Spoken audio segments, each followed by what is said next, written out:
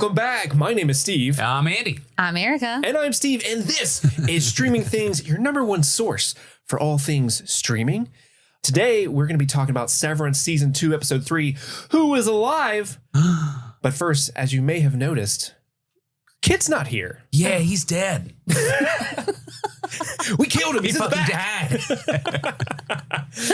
He might as well be dead to us. He went to Sundance and didn't take us with him. Yeah, I'm jealous. Are you jealous? horrid. I'm jealous. Well, Cincinnati is in the running for Sundance 2027. So Oh, shit. maybe we can get that up in here. So Oh, shit. if anyone's listening and has some sway over with the people at Sundance, Well, we are the number one Greater Cincinnati area podcast, so, this is true. Yeah.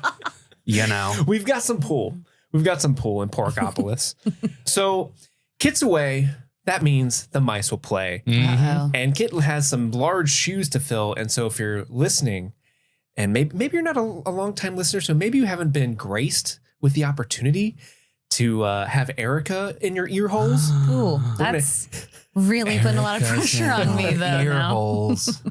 Erica, I love being in your ear holes. welcome to the podcast. Thank you. It's been a minute. Listeners might not know this, Erica, but you're actually a pretty big Severance fan. So before we get into the whole, like, what we thought about Season 2, Episode 3, Who is Alive, what is your past experience and what is your love for Severance like? I actually tried to get into the show about 3 or 4 times, and I would turn it on while I was doing something.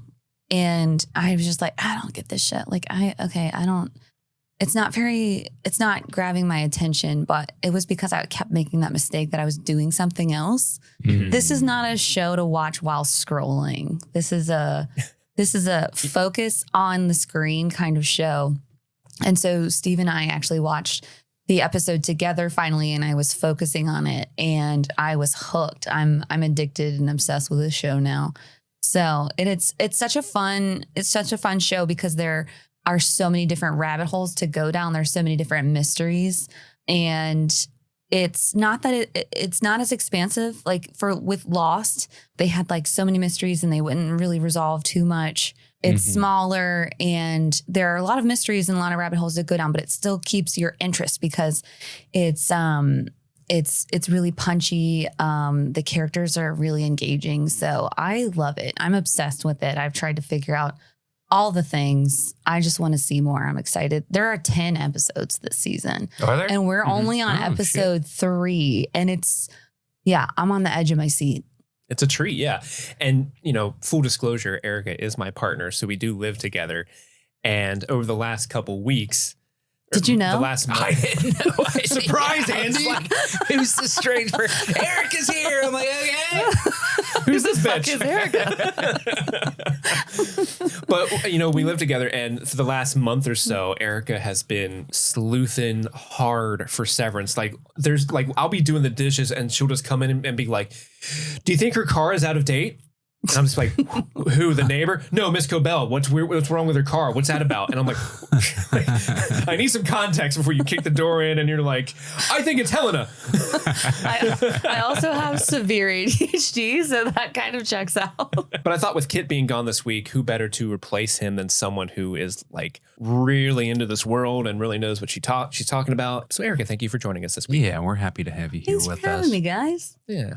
Now, my question for you guys before we jump into things is there not like a little tradition that we have when Kit ain't around? I know one. What tradition do you speak of, Andy? There's a tradition where we imbibe a certain cinnamon whiskey. Cinnamon whiskey. Oh, do you mean Fireball cinnamon whiskey? Yes. Steve, I brought Fireball. Oh my God. Are we creaming it? Are we going to cream it? Oh man. Do you have your guitar? It's early. It's so early. Oh, these are so cold. Yeah. These are chilled. It helps it go down. Thanks. There you go. I don't have my guitar, but just imagine I'm playing Old Lang Syne. You know what I mean? The national anthem? The most patriotic of songs. Fireball, it goes down smooth. Does it? No, it doesn't. It doesn't. All right, everyone. Cheers. Cheers. Ready? All right. Oshnog. I'm creaming it. You did that in one go. Well, yeah, I ain't a You're bitch. supposed to. I got like a fifth. For audio listeners, this is one of those little tiny bottles you get in like airplanes. Andy crushed it in one go, and I drank maybe a fifth of it. My mouth got too full. Here, I'm going in for That's what she seconds. said. I'm going in for seconds. Oh, don't do it. It's so bad. Wow, that is what a delight. Yeah. All right, now I see why you guys do this. This is a true initiation. Now you're truly one of us. Yeah, and if you listen to streaming things all week, this is like the last episode you're going to hear for the week. But it's the first episode we're recording for the week. So if we sound like we get progressively more sober as the week goes on. That's why. You're listening this week like, man, this is the best they sound all week. But hey, we are here to talk about Severance Season 2, Episode 3, Who is Alive? And I want to ask you guys, first off, let's start with Erica, since you're our guest. Erica, who is alive? Yeah, who is alive? I'm and why alive. should they not be? I think Chris might not be alive. He's not. Kit Laser might not be alive. He's not here. And true. Andy said he's dead somewhere. He's dead. He's definitely dead. Are you asking me my overall thoughts? Yeah, what are your overall thoughts on this episode? So I really loved this episode. We kind of went back to the roots of the mystery with Petey. And I thought we had really kind of gotten away with that. And I was wondering when we were going to come back to it. I also been like worried that Mark's going to get arrested, you know, for being an accomplice in a murder. Because we've just like run so far past that. I'm like, he's going to get at least a tampering with the corpse charge, right? Like, what's happening? Wait, that's illegal? I know. But I loved this episode. It's really juicy. We got back into like, where's Miss Casey? We know how things are going on the outside. Mark is just like willing to throw everything away and risk it all. It's kind of like the way you thought things were going at the end of episode 2 and the end of episode 3. Mark are just completely different person. Oh, that just kind of hit me like, oh, okay. Any Outie, a different person. Anyway, and I mean, we got Dylan's Outie. We got a special gift for Mr. Milchick. Ugh. So God, yeah. this episode was packed with stuff. It was a real roller coaster. Andy, what about you? Yeah, I think that this episode kicked ass. I said it at the begin. I don't know, it was the beginning or the end of episode 2. I was like, finally, we can get started with season 3. Right. Because it felt like they were spending all their time kind of reconciling with what happened. Mhm. I feel like they should have released 1 and 2 as a little package. At the same It's like, time. here's your Annie, here's your Outie, and then we'll pick up next week, you know? That's why we have 10 episodes this season, is because really the first 2 episodes is the season premiere. Yeah, seriously. It absolutely feels like that. I think that this episode's great. Some of the direction is absolutely fucking phenomenal when we get to like that end sequence. It is so fucking well done. I had a great time with this. I thought it was awesome to have like a little bit of humanity from Milchick. Yeah. You know what I mean? Like this is the first we've seen where like the Kool-Aid's wearing off a little bit and he's we see a little bit of a person underneath, and that was actually fucking fire because he's one of my favorite characters. Yeah. Because he's so interesting and weird and quirky, but we never really get that second layer of like, okay, who is Milchick when the lights are off? You know, when the party's over, what's he like? And we got a tiny little bit of that, and I fucking loved it. Obviously, this episode fucking kicked ass with the stuff with Dylan and getting the experience, his little secret perks and stuff. Fucking awesome. Also, I was just sitting here looking at the title, and it occurred to me that it is called, because I was like, why the fuck is it called Who is Alive? And then I was like, oh, because that's how the fucking finale ended. Right. That's also the thing they're trying to burn into his retina. Mm-hmm. Oh, That's the oh my message. Jesus Christ. All right. Guys, it's early. Yeah, it is. You know, I just love the idea of Andy sitting at the TV. He's like, okay, the episode's called Who is Alive? And you're just sitting there like, who is it? Which one of them is it? they're all alive. Is this a law situation and everyone's in purgatory? Who's alive? Oh no, spoiler alert. Anyway. That's not a spoiler. That's not what happens. Yeah, Steve, what'd you think of the app? I really like this episode. I do think there's a little bit of a pacing in the middle a little bit, but overall, I think it's really, really great. What I really appreciate about this episode is the ending.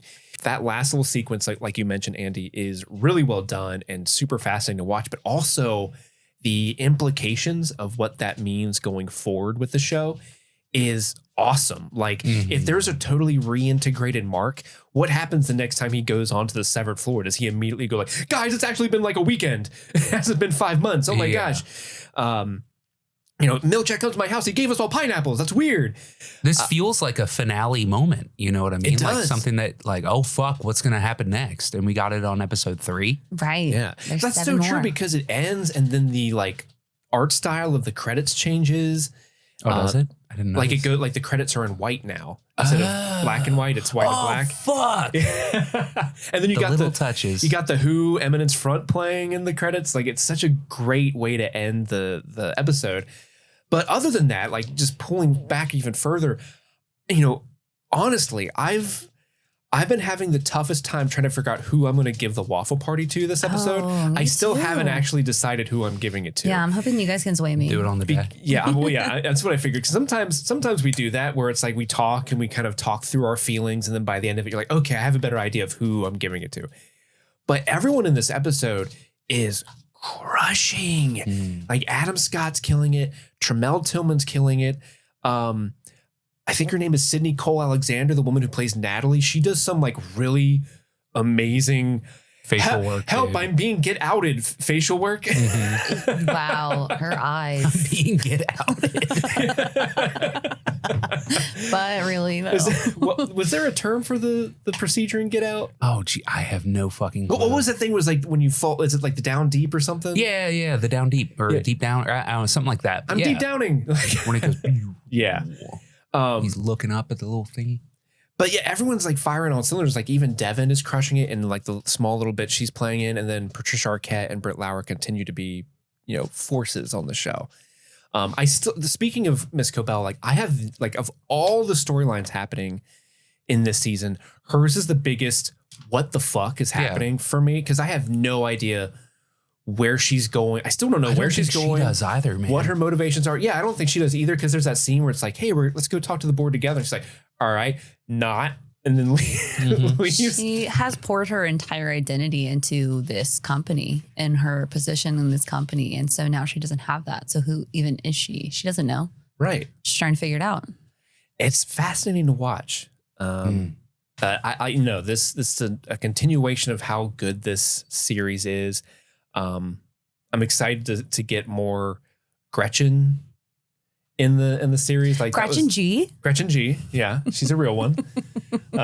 Wait, which one's Gretchen G? That's Gretchen Dylan's G wife. is Dylan's Oh. wife. And I just laughed really hard because they made sure to say Gretchen G. Gretchen Gretchen G. G. Because he's Dylan G. Immediately when you said Gretchen, I was like, was that Gwendolyn Christie? Did we get her name? Oh, we did. Oh, that was something that Eric and I were like scouring the internet and like looking at the credits for the character name that Gwendolyn Christie plays. And in the subtitles, they refer to as the department director or Yes. something like Okay. that. Yes. But I just called her Brienne of Goats. Oh, I just called her Gwen. Gwen. Yeah, and we got the return of I call her Brienne in my notes as well. Have to. We got the return of the Goat Man from season 1 too, who apparently is credited as Wyatt this season. So Okay. I wonder if that's a Ben Wyatt reference. Cones of Dunshire, baby. Oh, look at that. You were just looking for an end to reveal your t-shirt. Yeah, just a reveal. His finger's been creeping to that zipper for the past 15 He minutes. kept this from me. Oh, man. Wow. That was a good one. Well, why don't we just get into the recap for this amazing episode? What does that Let's sound do it. like? Let's do it. Sounds good. Okay, well, before we do that, though, we have to take a quick break and hear a word from our sponsors. This episode of Streaming Things is brought to you by BetterHelp. It's time for a new year, new me. That's what everybody says, right? What do you want your 2025 story to be?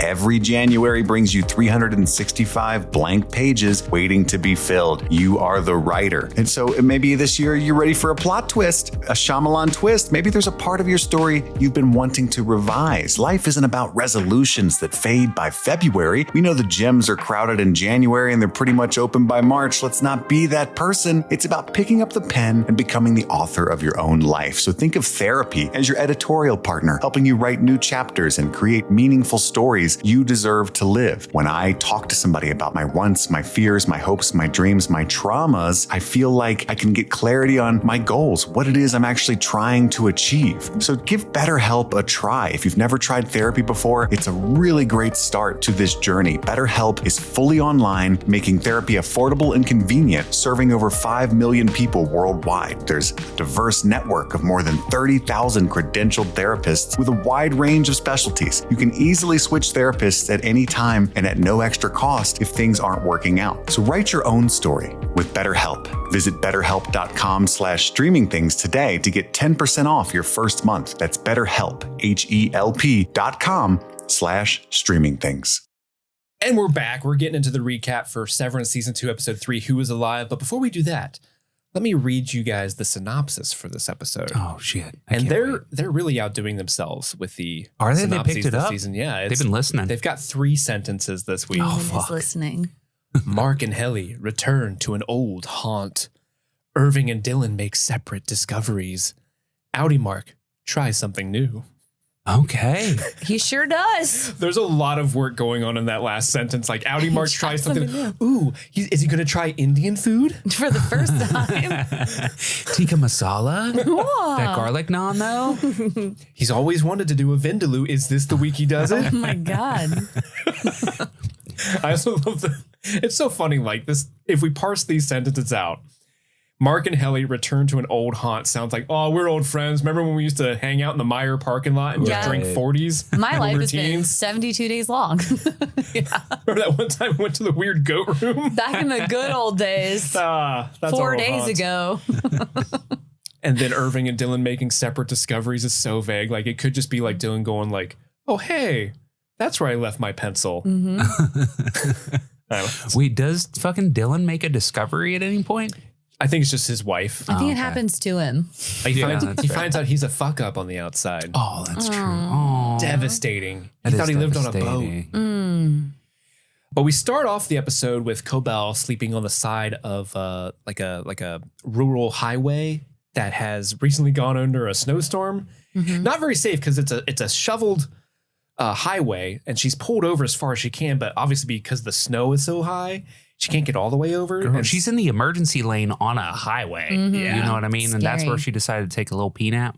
Little PNAP. Little pee nap. Nah, ain't no way the cops doesn't pull up and What be does- like, hey, ma'am, What's a PNAP stand for? power nap. Oh, power nap. Okay. Yeah. Little pee nap. What did you think it meant?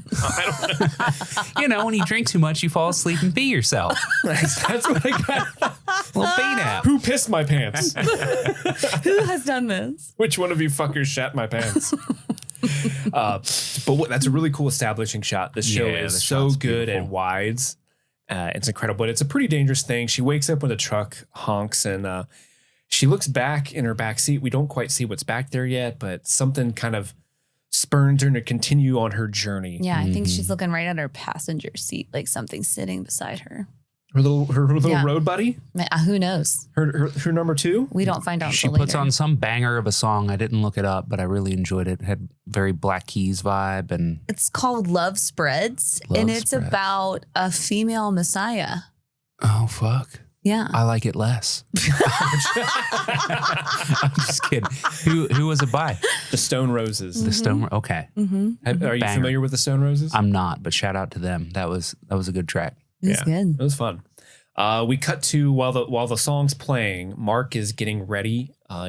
We start off on a photo of Gemma, and we see his watch, and he puts his watch on. He seems to be in a hurry. He ends up going to the Lumon parking lot, and he's like timing himself. He pulls out his stopwatch on his timer, and he's like counting as he's running into the building. Erica, when we first watched this episode, you said something that was quite funny. We were arguing when this episode first came on, because I have to bring it up because I'm like, I don't think that Mark is falling for Milchick's thing from episode 2, where he's like, yeah, I think that if you just come back, like the piece that your innie is going to come out to your outie and you're just going to be happier. For me, I was all like, no, I think he's freaked out because at the end of episode 2, Milchick mentioned Gemma after it's been all Gemma, like no one is shutting up about Gemma. I think that was the final, like, okay, fine. I'm curious. You mentioned this and when you're trying to get me back. And so I was like, I think that he's going to do something. I think he's going to like I don't think he's just like, I'll just sludge back to work. It's something bigger than that. And so when this happened, I'm like, oh my God, he put a bomb in his car. He's running away. What's happening? Oh my God, car bomb. That was my first thought when he started running away from his car and he has a timer on his watch. Car bomb. I had no idea where you were going with the lead up to that story, but for it to end with car bomb was fucking fire. Everyone's going to think he's dead because the episode's called Who's Alive? Now Mark's dead. Who's alive? Mark committed a terrorism. Clearly he is dead in the parking lot of Lumon. I love how in your theory, his terroristic act is to bomb an empty parking lot. I was saying he's disappearing. He's you guys are going to have to deal with insurance for months. That's hilarious. That's hilarious. Who could have possibly done this? Yeah. It was more like, I'm going to disappear now too. Gotcha. Than a mystery. That's how he like, quote unquote. I was glad it didn't go that way, by the way. But I really thought as he was running away from his car that it was going to explode. I was like, what the fuck? It was so funny because she sat forward and was pointing like, he's got a bomb in the car. Really funny stuff. But the no, show takes a turn. He's just timing himself. So he goes into the front desk. We see the secretary at the front that we haven't seen since the first episode of season 1. I think so, It's yeah. been a minute. But he gets put in there. When he puts his watch into the locker, he continues counting in his head, and he gets into the elevator. He gets all the way to 37, and that's when the severance happens, and then we cut to the title sequence. Andy, did you have any theories as to what he was doing in this moment? Because it is kind of I did not. I thought he was doing minutes, not seconds. And so I was like, dang, it took him 42 minutes from when he parked to get get to his locker. What kind of security they got there? Bad commute. Jeez Louise. So anyway, when he started counting seconds, I was like, I don't know what's going on anymore. It is kind of a weird way from the last episode when we last saw Mark to now he's like counting and running. It is very, what's happening? He's got some urgency, man. Actually, when it started, if you remember, I paused the episode and backed out to make sure we didn't skip one. Yeah, because Mark, like I said, in the end of the second episode, it almost seems like he's just like caving, like, oh, okay, yeah, me sad, me go work. You know, it's very, it gives you that feeling. And this is a very different Mark. He's like, what's he doing? He's motivated to do something. Well, I think his interaction with Miss Casey at the very end of episode 2 really sort of, there's something to this. With Miss Cobell. Or Miss Cobell, he's like, is Gemma, do you know, is this something about Gemma? Yeah. And she just screams. Yeah. That really, I think, sort of percolated something. Yeah, he knows something. We cut to the title sequence. Really cool title sequence. I think we talked briefly about it last week, but baby Kier is confirmed. I don't know if you heard that, Andy. I called out baby Kier. You did? On the last one. Yeah. That's so cute. Oh, actually, I also, real quick, speaking of things Andy called out correctly, we talked about it last week. You called out Keanu Reeves as the voice of the Lumon building. Nailed it. It's cyberpunk, man. I got his voice in my ear holes at all times. And we had so many people reach out and be like, Andy was right. It is Keanu Reeves. But not a single person reached out to tell us who the voice of the water tower was. Oh, fuck. Who was it? Sarah Sherman from SNL. And I love Sarah Sherman. She's great. Shit. She's the one who kind of has the Demi Lovato or we'll look her up. Kristen Milioti haircut from She's always from wearing the Penguin. Very strange, colorful outfits. Yeah. She's like a comedian lady. She's I like her. Hilarious. Yeah. I like her. Humans versus Hamsters. You can see her on that too on HBO Max. Fuck yeah. Oh my God. Or Hamsters versus Humans. I don't know. Anyway, after the title sequence, Mark and the MDR team are discussing their responsibilities. Mark has printed off some missing Miss Casey posters. And so he and Helly are going to go looking for the goat room. or other goat people. Or other goat people. I love that. Dylan is being tasked with going to the break room to see if other people use that. And Irving is being tasked to take the poster to O&D. Now, there's a couple things that happens in this quick scene. Dylan specifically isn't super he's like, player. I'll get to it. It's kind of important, Dylan. What the fuck are you doing? Yeah, I'm kind of busy here. I'm in a good groove, man, but I'll definitely get to it later. I got to find the scary numbers. It's like me when I'm fucking playing video games and Sarah's trying to talk to me. I'm like, yeah, baby, of course. That is important. Yes. Yeah, of course. I got the milk. Wait, what? You need the Heimlich? Yeah, I'll be right there, babe. My babe. My babe. But yeah, he's in a good groove. It seems like he really wants to put his head down and get the work done based off what Mr. Milchick talked to him about in episode 1. And Irving, I feel so bad for Irving because his job is to go to OND and put the poster up, but he doesn't want to go back there because that's where Bert was. Yeah, he was so sad when he said OND. He was really feeling that. Okay, I guess that's where I'm going. And I love this little quick exchange because I think Dylan's trying to dissuade people from going. And he's kind of like, hey, man, are they going to just let us roam the hallways? I think it's Dylan who says that. It might have been Irving. Helly, actually. Oh, Helly says it. Okay. She's like, you think they're just going to let us roam the hallways? Yeah, and he's like, well, Lumon is listening. And they said on the video, we can go wherever we want. Lumon is listening, remember? Yeah. I loved Irving's like, I did hear a hint of double meaning, Mark. Yeah. I love him. And to Helly's credit as well, she goes to Irving is like, hey, man, we got you. Yeah. I get that it's hard to go back to OND, but you can do it.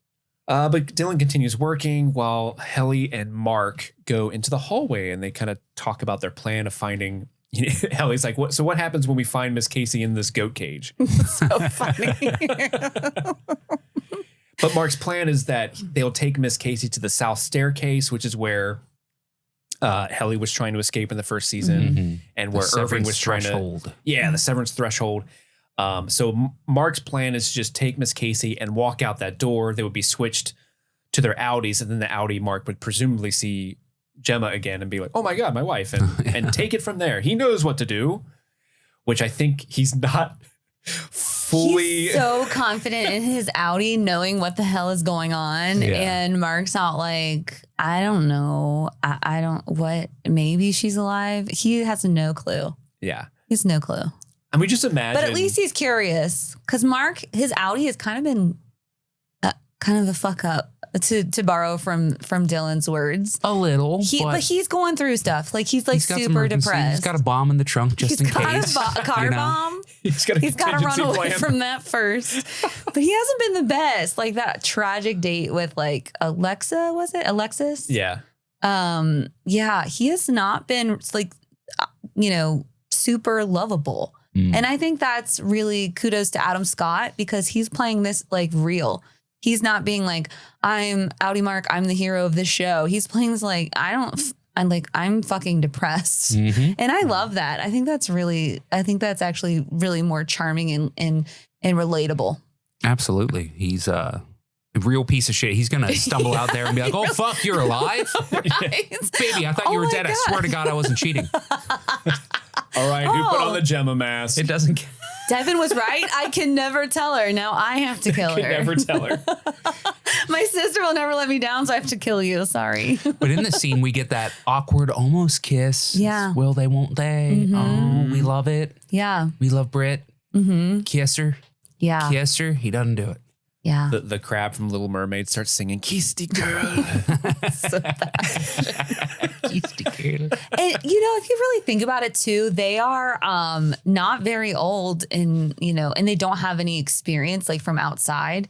So the awkwardness to me isn't like, I don't know you or you don't know. I think it's more like, I don't know how to deal with my feelings. Yeah. Like I'm very immature. I'm basically like a sixth graders. Yeah, exactly. Imagine the first kiss you had with someone. Yeah. Now imagine that happened when you were 45. Right. Do you like me? Circle yes or no.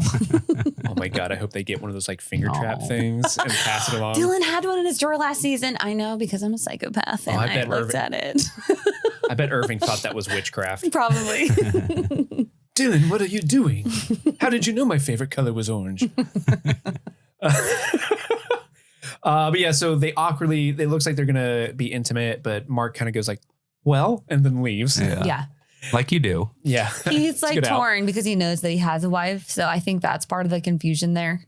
He knows he likes Helly. And he really likes Helly. Yeah. I think part of it was influenced by her saying in the last episode, like, we're different. And he's like, yeah, we are different. And he's kind of like saying, I like you.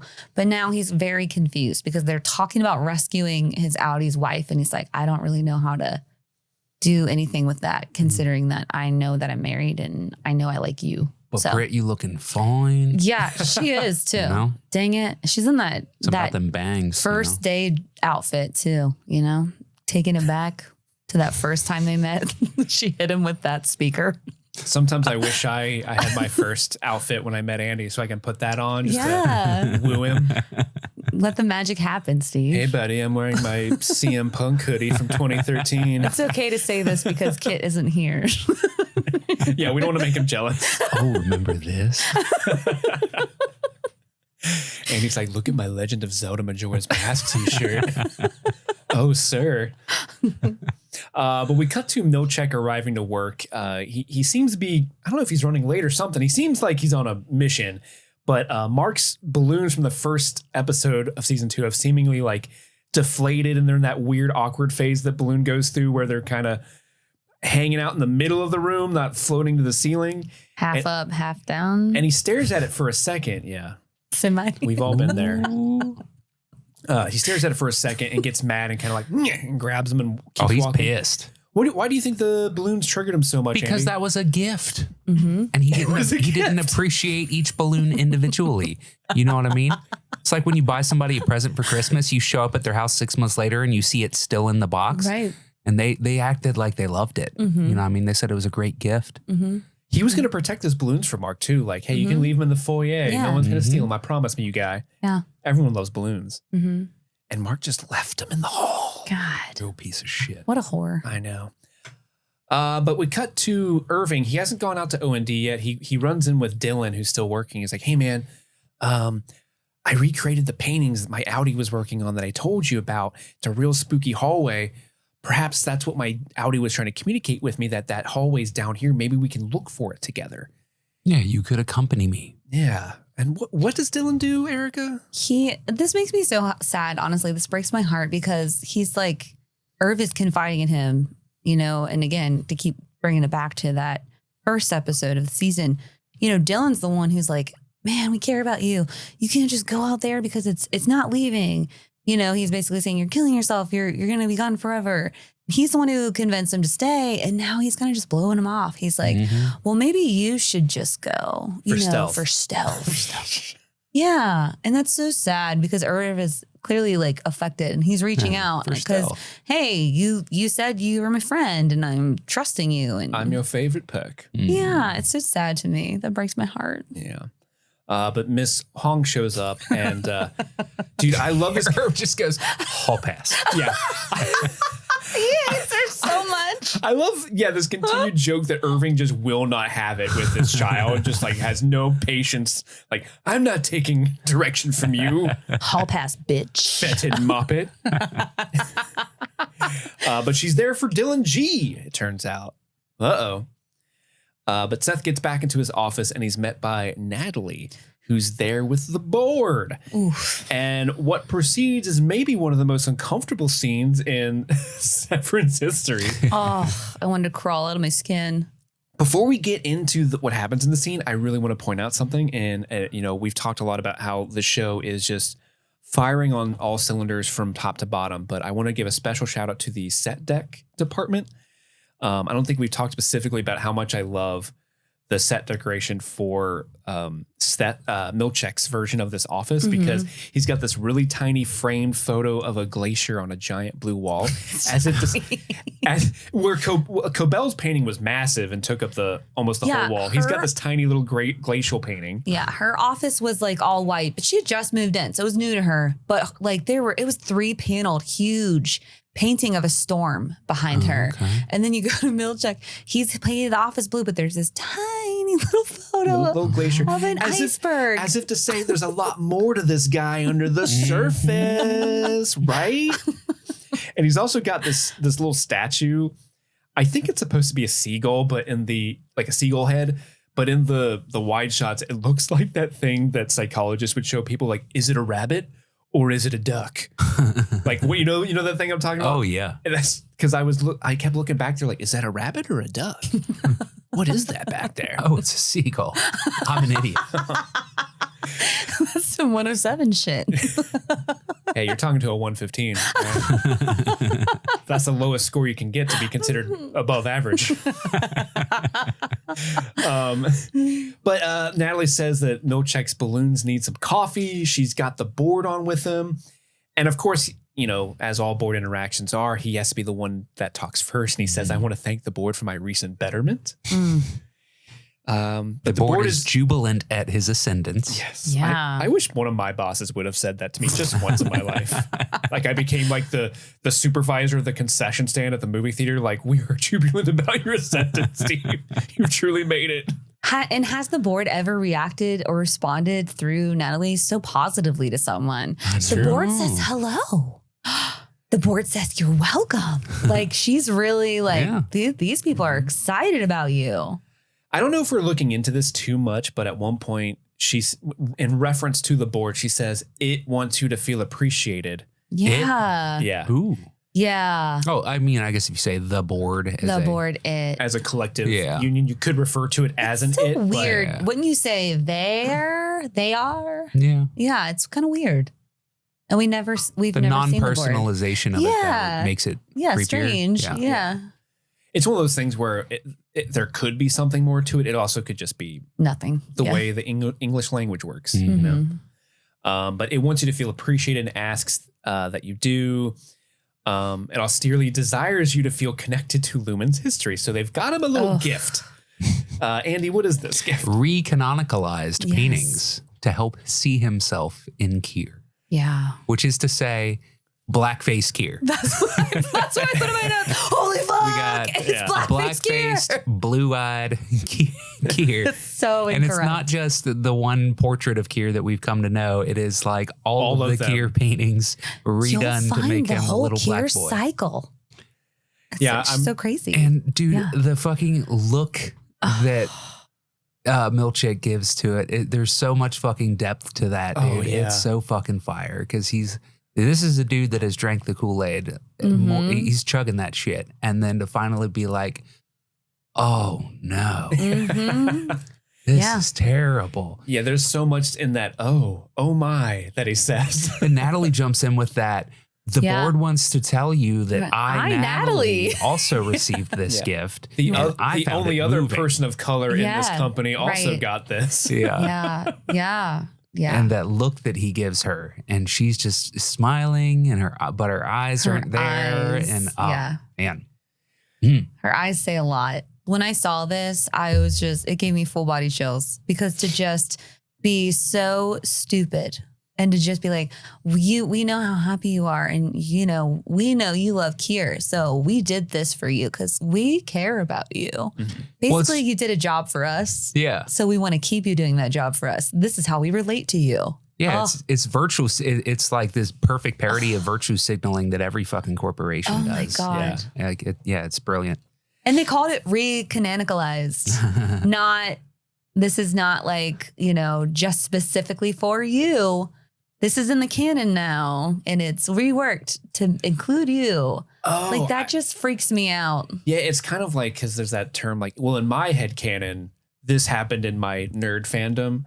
Well, now they're like, when your headcanon and your nerd fandom of our cult. Right. It's so, that's so scary. It's like the Star Wars stories when they uncanonicalize the books. Inclusively recanonicalized. That is the scariest phrase ever. In my headcanon, Palpatine's still a ginger. That's a deep cut. But no, it's really weird. And then Natalie has this thing because she's like, the board also gave this to me. I found it very moving. And she kind of cuts him off a little bit before she says that. I get this feeling that she's kind of like doing a solid for him. Like, yeah, for sure. Hey, man, this is a good thing. Because she gives him that look like, because he says, thank you. Yeah, it's meaningful to see myself reflected in. And then he just kind of stops because he just can't bring himself to say it fully. And she says the board has concluded the call, but then she continues to give him this look like, congrats, buddy.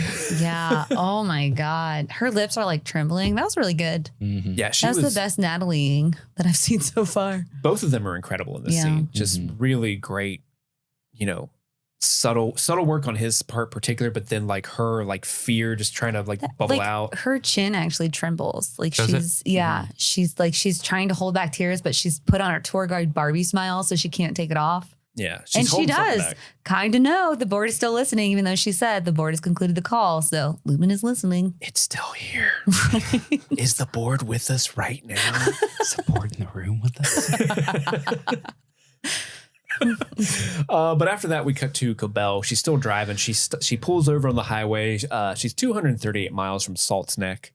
I did look that up on Google Maps. It does not exist. No? As far as I can tell, like I searched Salt's Neck and it was like, not a thing, buddy. But she looks back at her passenger seat. What's in there? The tube. The tube. Her mom's breathing tube. Is it her mom? We keep Is that saying her confirmed? mom. I guess we should say her relative, but it seems likely that it could be her mom. Her relative named Charlotte from the 40s. Think so. Yeah. I mean, that seems logical, but you know, we haven't ever confirmed it. It could be her breathing tube and she's immortal. Maybe. If there was someone who was immortal in the show, I would want it to be Harmony Cobell. Please. I mean, of all the people, she definitely could be immortal. We cut back to Mark and she does a U-turn. Sorry, I forgot that part. She like thinks a little bit and then she U-ies. Yeah. That scene too. Also, I wanted to kind of bring out, and it makes me wonder because you know they love to pay homage to 80s stuff, and I'm wondering if this was paying homage to Fargo, the movie Fargo. Because it's just like this frozen highway, and that's how that movie starts. And they've had her in both scenes, like starting that way. It just kind of made me wonder if they did that, like if that was a choice or it just happened to kind of remind me of it. These people watch Fargo, for sure. Oh, for sure. I loved Fargo. Oh, I remember when that friend of his was in the chipper, Mark. Oh, Mark. I found this money on the side of the highway. Have you ever seen the recent Hollywood motion picture Fargo, Mark? It's quite tittillating. I just rented it from a Blockbuster video. Have you heard of these? I love her. We go back to Mark and Helly. They find the goat room, which I love how, so it's empty now. There's no goats. There's no hay. There's no goat person in there taking care of the baby goats. There's a tiny little model of a little farmhouse. And I had to go back and look at the previous scene from the first season because I'm like, was there a little tiny farmhouse there? And there is. The guy was sitting on it. In the first scene. I just didn't realize that was a little farmhouse he was sitting on. I just thought it was a chair or something. But every time I see that, the first thing I thought of when I just saw that white little tiny farmhouse in that sterile white room, and because it's a Ben Stiller show, I just immediately thought the farmhouse now has to be at least 3 times bigger than this. Oh my God. Is this a barn for ants? You know, if you do listen to their podcast, they mentioned from season 1, I don't want this to be too much of a spoiler, but they mentioned from season 1 that everyone like really glommed onto these goats, and they honestly like did that as just to be like, what would be something really weird that they could find in a room? And they kind of just like did that goat thing. And so it's funny because a lot of people have glommed onto the goats like, oh my God, they're doing cloning. They're cloning because the goats. And it's like, they really just did that. And then because people responded so highly to it, they included more of that in the show. Yeah, you kind of have to after. Right. Yeah, there's goats are adorable. Baby goats. They really took off. Yeah. You can't just drop that on us. No. But yeah, like I said, it's empty. There is a little tiny like hallway that's got poop in it and everything. It's a goat door. And Mark's all in. He hits right in, and Helly's like, "Are you sure? You sure you want to go down there with your bare hands? Shouldn't we go? Here's a lot of poop. We could go back to the office and get some like towels to sort of shuffle on." But no, they go all in, and what do they find at the end of the tunnel? We got Goat Man. Well, we have like beautiful fields, little hills. It's such an interesting thing to have like these, incandescent bulbs or whatever, fluorescent bulbs, whatever. Bulbs, indoor bulbs on a big green hill. And it's just so, the contrast is so fucking jarring and beautiful. Right. It's awesome. And we got fucking creepy goat man wearing the fucking, I thought we were going to have like some demon shit. Right. Because black goat's like supposed to be a symbol for the devil. I'm like, what the fuck are we doing What's here? funny funny. In my notes, I wrote like, "Oh, Black Phillip's there from The Witch," and then the guy turns, and I'm like, "It's a dude!" But then we get a lady comes over the hill, and who is it? Brianna Tarth, Gwendolyn Christie. It's Brianna Goats. The department director herself, she's like, "Are you here to kill me?" Like that's some fucking energy. She's holding like shears like above her head, like I will kill you first. This is the energy that I think specifically member of the Discord Suze needs to have at her office. Like when are you here to kill me? When we're trying to do like trivia, she's always like, "These bitches are trying to get in my office while trivia." Like, you need to pick up the shears girl and just, "Are you here to kill me?" That's how you get anyone out of your office, I think. What is this place? It's mammalian nurturable. Mammalian nurturable. So bad. Nurturable? Nurturable. Yeah, they're able to be nurtured. Nurturable. Mammalian. So I assume like there could be other mammals, perhaps. Yeah. Are there some red pandas in there? I want to be in that department if there are. Seems like there's only 2. Yeah, but Mark's like, "Hey, we only want to talk. Irving makes it to O&D. There's no one in there at first. He kind of stumbles upon the Imogen and Kier meeting at the Ether Factory painting that he and Bert sort of bonded over. Yeah. But Felicia shows up, and oh my gosh, guys, she's so happy to see him. Yeah, give him a little hug. That's so sweet. This was the biggest aw. Yeah. Dylan didn't make a good impression with her, so we always wonder how she's going to respond to MDR. Really? You're telling me Dylan didn't make a good impression with anyone from O&D? I like that they're friends now. I do too. It's very sweet. It is. I love that. It seemed genuine. Yeah. It didn't seem like suspicious or anything. It seemed genuine. You have to imagine that she rolls with Bert, right? Yeah. And so she saw how happy he was. Yeah. It seemed bittersweet when she saw Irv for her too. She probably didn't understand the affection at first, but then seeing Irv wander in there, she probably had some time and was like, "You are a good egg." Yeah. And the egg bar is coveted as fuck. It is coveted and you're one of those good ones. Yeah. We go back to Mark and Helly talking with Brianna of Goats. They show her the poster. Department director. Yeah. Brianna of Goats. They show her the poster of Miss Casey. Is like, "Hey, she's our wellness director. Have you seen her?" What's this line she says? Wellness. We don't abide such fripperies. Such fripperies. Which I did not Google fripperies, but I'm about to. It's exactly what you think it is. I can assume. Yeah, but right. Yeah. From context. Hilarious. I Googled it last night and Erica's like, "You already know what it means. Why are you Googling it?" But it's exactly what you think it means. Oh. I'm going to steal that line from now on. For sure. If someone's like, "Hey man, it's pretty cold outside. Should I wear a jacket?" Jackets. We don't abide by such fripperies here. But Mark doesn't believe her. There's something about her. She's lying to us, and he sort of presses the issue. And she's like, "Be on your way." Helly wants to bail because she feels like this isn't a good. She can see the tension. It's like Brianna of Goats is like 6'5". She could beat all of our asses. She's got shears. She knows how to use them. She says she doesn't know, man. Like, back off. But she starts ringing this bell and like 30 people come out of the woodwork. And it's all the most hill tribey looking motherfuckers. Yeah, dude. You know what? She just really had a fever. And the only prescription was more cowbell. Oh my God. Is she Bruce Dickinson? She might be Bruce Dickinson. Oh, man. Cowbell. Oh my God. It was effective. Oh my God. You should send that joke to Christopher Walken and make him want to die inside. Oh no. He hates that joke. Sad. Poor guy. Did you ever hear that story about? No, he fucking hates the joke.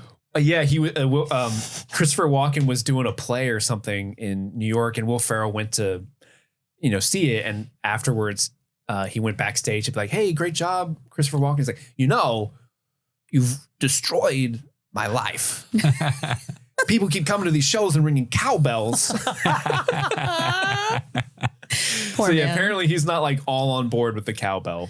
But all these people show up. There's like maybe 27 people total that just show up out of nowhere. They hear the bell and Gondor responds. I love how you said maybe 27 as if we didn't pause it and count. We paused it. We said maybe 27, maybe 30. We don't know. You don't see everybody at the same time. So it's hard to count, but we did pause it and count. Yeah. By the way, before we move on from cowbell, if any of you have Peacock, they have a Saturday Night Live docu-series out. Yeah, There's 4 episodes. So good. There's a 40-minute long episode just to the more cowbell sketch. Oh, wow, that's awesome. And it's so good. It's actually really, really good. It's hilarious. But we cut to Miss Huang. She's still escorting Dylan through the halls. He thinks he's in trouble, and Dylan's so funny because he's like, is it rude to keep asking why you're a kid? Like, are you okay? I don't mean to impugn. It's just like, are you okay? Hilarious. Which I hope they keep this running gag going as long as possible because it's never not funny for people just to point out how ludicrous it is that she's a child. But she brings him to the old security room. He's like really hesitant to enter. But when they enter it, they realize that it's no longer the security room. It's the Outie visitation suite, which you saw the plans for in the first episode. And there's like the memorial wall where there's photos of Dylan and it's just back and forth between the one photo, which is really interesting. they only had time to upload the now it's big. Now there's 70 of them. It's really funny. But Gretchen's back there. Yeah, they got an 18-minute visitation.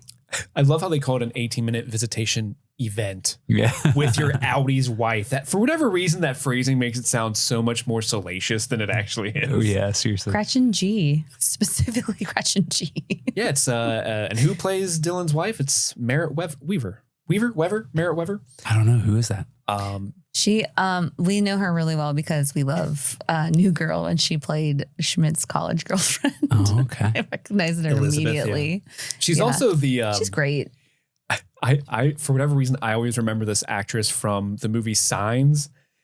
Do you remember in the beginning of the movie Signs where there's this girl who's in the pharmacy department talking to like Mel Gibson, like, well, I did all this stuff. Well, I made out with that guy. And then he's like, don't hang out with that girl ever again, kids. When it cuts to his kids, that's her. Like, that's so funny. Of course you remember her from that. She's just the messy girl in the small town. But it's good to see her. It's a real awkward sort of meeting. I mean, Dylan, his opening line is "nice sack." Nailed it. Is that how you? This is going well. Is that how you talk to Sarah for the first time, Andy? Hi, I'm Andy. Nice sack. And then she's like, "Oh yeah, they made me put my purse and stuff in here," and he's like, "Badass." I mean, he's being the Rizzler right now. Poor Dylan G. Do you remember me at all? And he's like, "Oh, just from the photos from just now."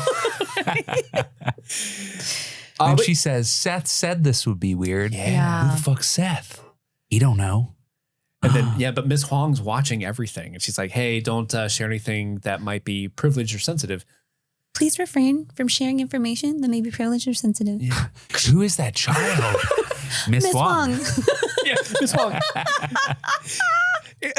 Merritt Weaver's delivery, like, okay, who is that child? Is so good. So good. And then punctuated with Miss Huang telling, oh, it's so good. So good.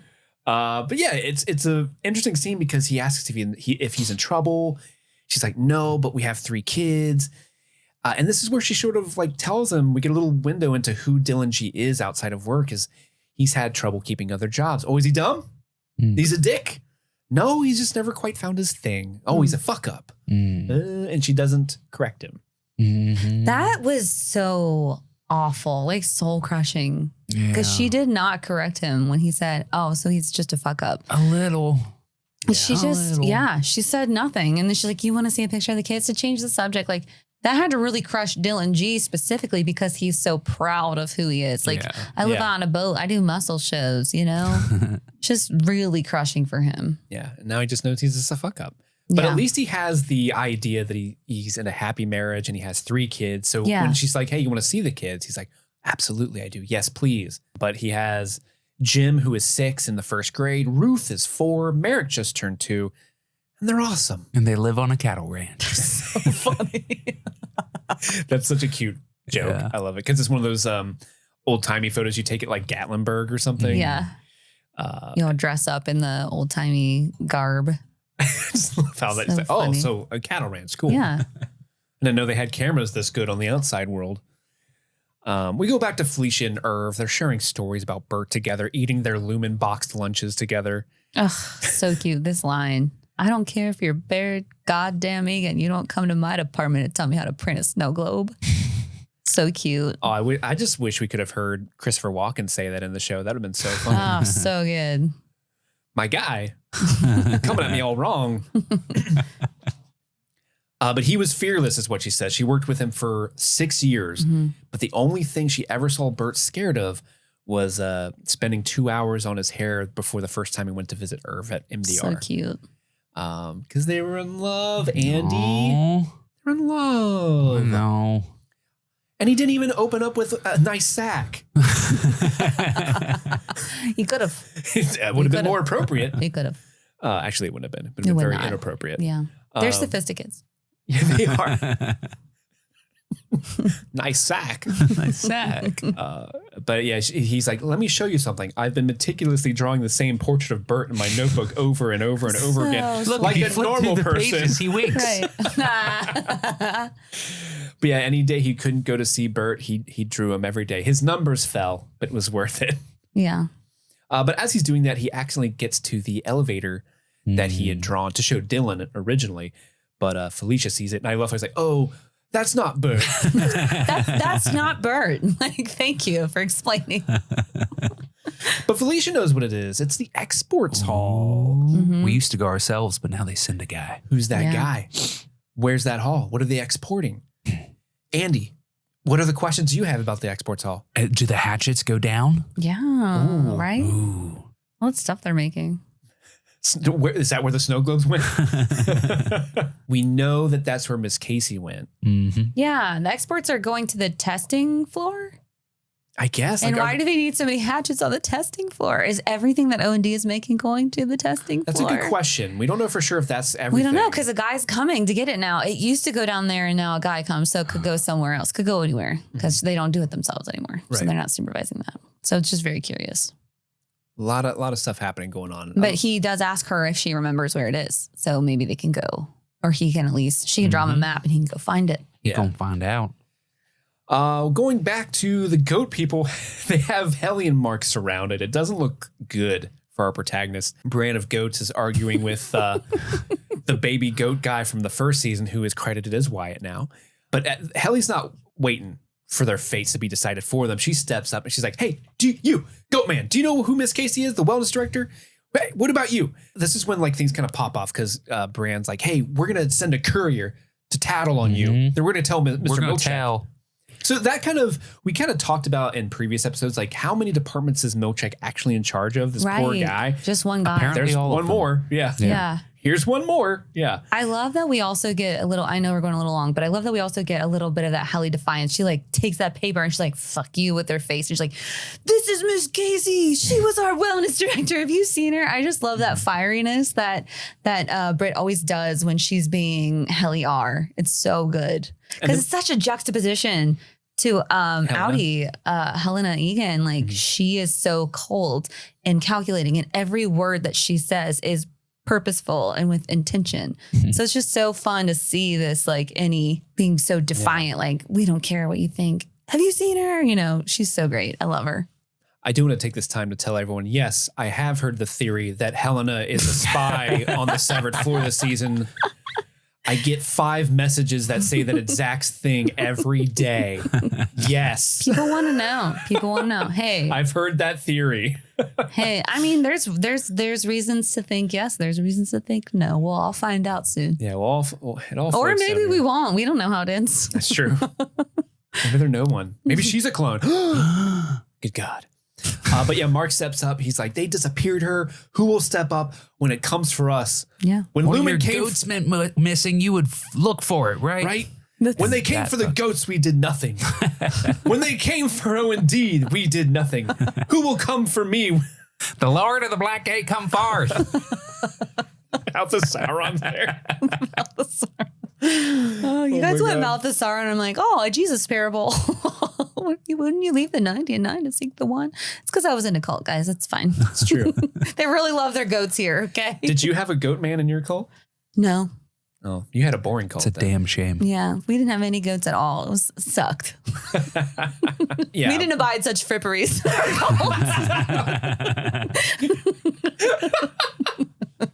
That's hilarious. But Brienne of Goats, Mark's words move them a little bit. Yeah. She says, hey, she used to do her wellness sessions in her husbandry tanks and she had a gentle way about her.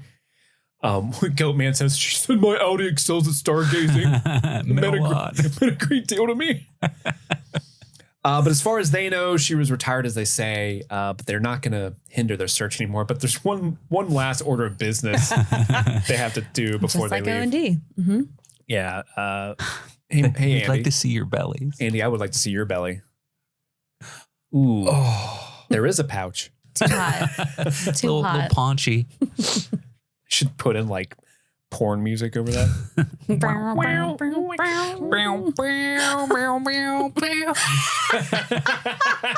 sexiest national anthem of all. Ooh. Let me stand for a flag. At You're full already mast. standing. Yeah. And I love how Wyatt is a parable for our nation today, because he's been shown proof that there is no pouch in the belly, and he says, proves nothing. Proves nothing. I did my own research. Yeah. But the session with Gretchen is over. It's really awkward because she's like, yeah, he's like, I hope this was, they're kind of dancing around, talking to each other. He says, I hope I make you proud. And she says, I'm always proud of you, Dylan. They hug and she says, I love you, but it's a force of habit. And he doesn't really know how to respond. How did you guys take this moment? No, it was so sweet because he's like, because he obviously has to feel something, because we know that like subconscious ekes through, both ways for the innies and the outies. So on some level, he feels attachment to this woman that he just met, right? Mm-hmm. Plus he's Dylan and he's a Rizzler. So he's like, oh God, He's a Rizzler. she loves me. Okay. Yeah. It's a really sweet moment. Yeah, and it's kind of sad because it does seem like he's feeling a lot of things because, he's just learned that, on the outside, his Outie is not what he thinks he is. So he's disappointed in that. So he says, I'll be good. I'm going to make you all proud, which is really sad because, she was like, well, I'm always proud of you, Dylan. He's like, cool. But, I think he's feeling a lot of things. And he smiles like when she talks to him, he kind of smiles like a boy who's being flirted with, like a little boy. He's got that little cute smile. But then at the end, he's like, because I think he kind of knew it was really awkward there for both of them at the end. Yeah, he's probably like, so it's hard to know what he feels. If the camera hadn't cut away, we would have heard him said like, nice sack. Come on, Dylan. Come on, Dylan. Get it together. Come on. Stupid. Well, we don't have to wait long because when we were watching this scene for the first time, Erica, you were like, is that really his wife, or are they just like playing mind games with him? I really was worried that it could have been anyone and he wouldn't have known. But they don't really tease us that long because we immediately cut to the G residence later that night. The kids are watching Danger Mouse. And we see Gretchen come down like, hey, Merrick's got an ear thing. It's the left ear, stupid. Did you get the cookies for Jim's class? Oh, those were forgotten. Oh, you didn't because you're a fuck up? Thought so. Yeah. He's just sitting on the couch watching Danger Mouse with his kids and reading, what was that magazine? It was like Midlife Driver magazine. That's yeah, it was weird. Is that a real one? Probably not. Midlife Driver. And I like how in the background you can see the pineapple gift set that Milkshake gave them. It's like on the kitchen table, just sitting back there. So this show really is becoming Psych, where there's a pineapple in every episode. Yeah. Love it. But yeah, Dylan's like, hey, how'd that thing went? The thing with me. And she kind of doesn't really want to talk about it. She seems like she just wants to leave and brush him off. Weird good. Yeah, it's very strange. And we were having this discussion, Andy. I want you to weigh in. Eric and I were wondering, like, is she a cop? Is she a cop? Is she a cop? Is that what she's going to work for? No, I immediately assumed that she was like a nurse or something. Okay. She's wearing a tie with a tie clip, but also she has a badge on her shirt before she puts her jacket on. It's one of those like patches. I wasn't paying attention to what she was wearing. It's like a shoulder patch. I told you how I'm like a real or something. creepo about this. Yeah, it made me think she was in some kind of security job, but I had to stop it and take a picture because I don't know if you'll see it though. If I hold it up to my camera, will you see it? Not well. Not well. But she's kind of got like a badge on her shoulder. Which made me think there's a couple of things it could be. She could be security somewhere. She could be a cop. She could be, I guess she could be a bus driver. I don't know. But the tie and the tie clip made me think that maybe she's on the police force in some way, or at least answering calls for them or something. The only reason I thought that was really weird is just because they had to mention earlier in the show that you can't tell Lumon stuff because they have the cops. in their pocket. You can't snitch on Lumon. Yeah, you can't really tell them things. So even if his Outie had left, he wouldn't have been able to tell her anything because she might have been a snitch. And this is a Kier household for sure, because when it cuts to Dylan after she leaves, it cuts this shot of like a profile shot of him sitting on the couch, and on the floor, one of the toys that his kids own is a little stuffed doll of Kier. Oh, look at the little Kier doll. Funny. So cute. Yeah. Little baby Kier. Little Kier. Is that the Kier from the title sequence? No, it's not a baby Kier. It's just a doll. I don't know if you can see it, but yeah. I can post those up on the video separately. Awesome. Yeah, so after that, we go back to Natalie, who is at Devin and Rickon's house, and she's talking to Rickon about the book. And I gotta say, as a Rickon supporter, as someone who's like, man, I see the charm. He's kind of a pretentious dick, but he's lovable. This scene, I was like, come on, buddy. Yeah. What are you doing, man? You're making me look bad by defending you, my guy. I had your back. I had your back, and then you do this shit to me. I was so disappointed. But yeah, she's reading an excerpt from his book. That's how the scene starts. Like, but surely beer and juleps cannot fill the void left by love. Indeed, only wine can achieve this, but it is famously costly, which is why sadness is among the most recurrent issues facing the poor. Because they can't afford wine. The poors don't get enough wine. The poors. That's why they're so sad. But what a good transition to talk about like the loss of love and not being able to fill that cup, as it were, going from Dylan and Gretchen to this scene. I just thought, well, that's a smart way to sort of punctuate like there's something missing in the G household. Then you get that little kiss of Ben Stiller humor. She's like, remarkable. Natalie's saying, remarkable, so astute. And he's like, that's what I was going for. Like, that is so Ben Stiller. My babe. It's so funny. Oh, my babe. Yeah, Devin comes home and she's kind of like, what is Natalie doing here? I'm not super thrilled about that. But she's here to talk about, they want to make any version of the you are. And she immediately is like, so did we find out how his book got on the severed floor? And he's like, oh, we've moved past that. We're now talking about the result. What was that word? The result. Ugh. That's some like... He came when he said that. He did.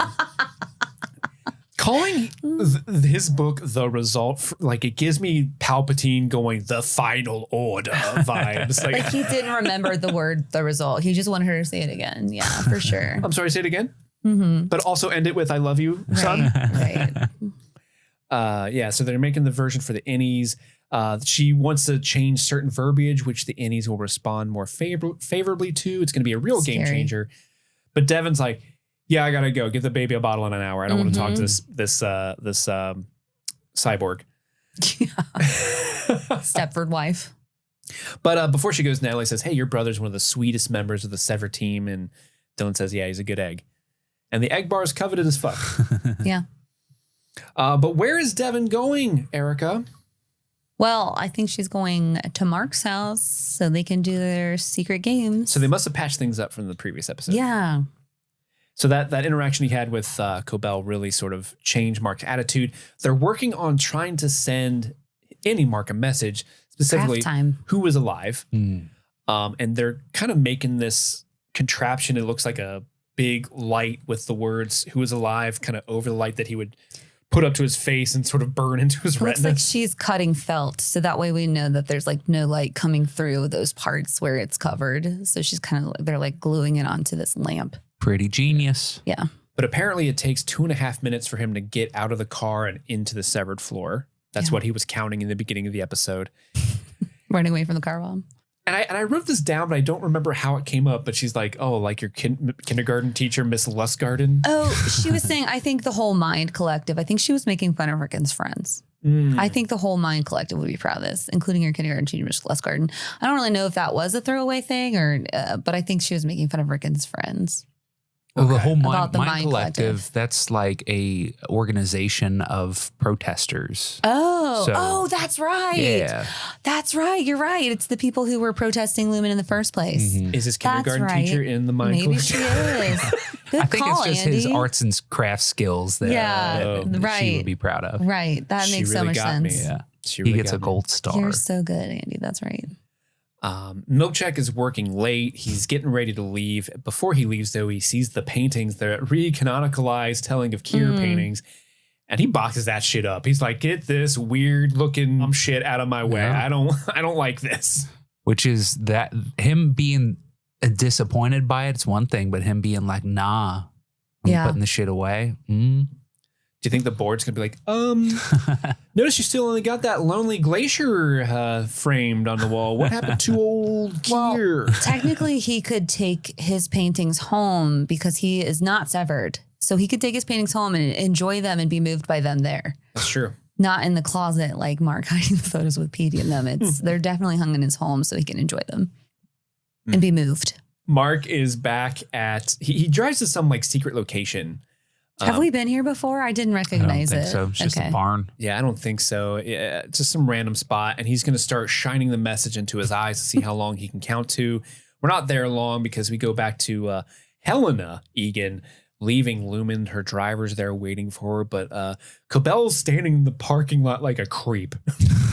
She's got her hands to her side, balled up in fists as if she's going to like do a West Side Story street fight right there in the parking lot. That stance, right? She's looking really powerful because her feet are spread apart, like a hips width apart, and her hands are down her side, balled and fist. She looks like she's about to fight. Yeah, she's got glass bottles on her fingers, clanking them. Warriors, come out and play. So they start talking, and she's like, "Hey, if you want me back, you got to accommodate my needs. MDR is non-negotiable.